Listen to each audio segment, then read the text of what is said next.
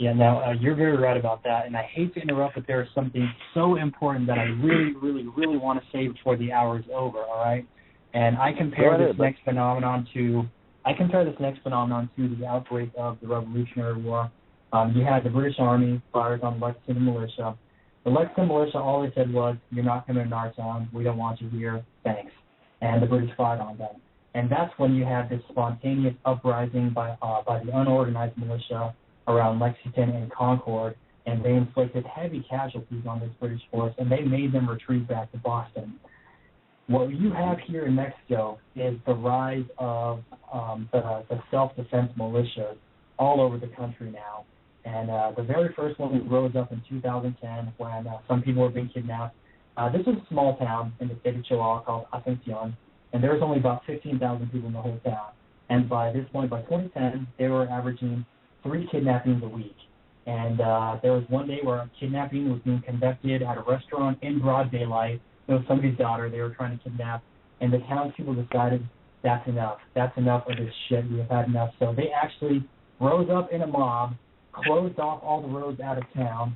The police got some of the kidnappers in the gang, but the mob got the rest of the kidnappers, and they killed them right there on the spot. They beat them to death.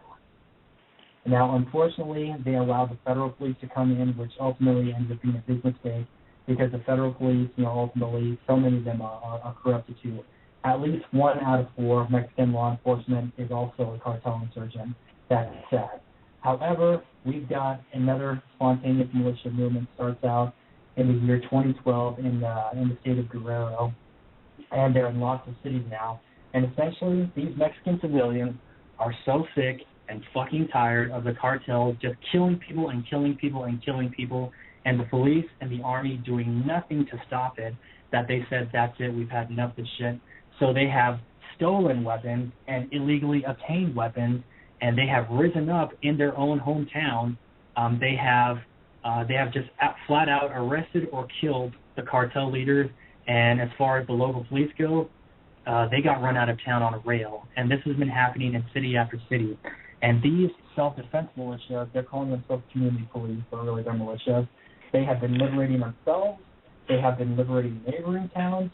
And now you've got at least 50 cities that I know of across Mexico that have liberated, where the people have risen up. The unorganized militia have risen up and liberated themselves from tyranny. And for the first time in almost a decade, the people there are finally experiencing peace and quiet and prosperity.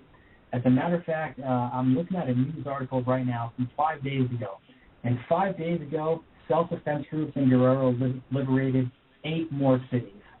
All right? This is the people rising up. And the thing that makes this a really special phenomenon is Mexico has some of the strictest gun control in the world.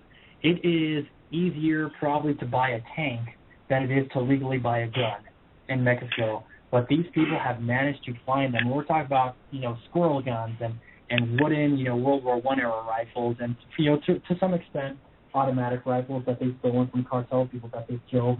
And they have liberated themselves. And that is one of the reasons why I oppose gun control, because Mexico is a wonderful example. If you outlaw the guns, only outlaws will have guns, and the local population will be powerless to defend themselves. And these people decide that they are sick and tired of being victims. Right. So these are the self-defense militias in Mexico, and they are heroes. And when you're right, you're right. And you're always right.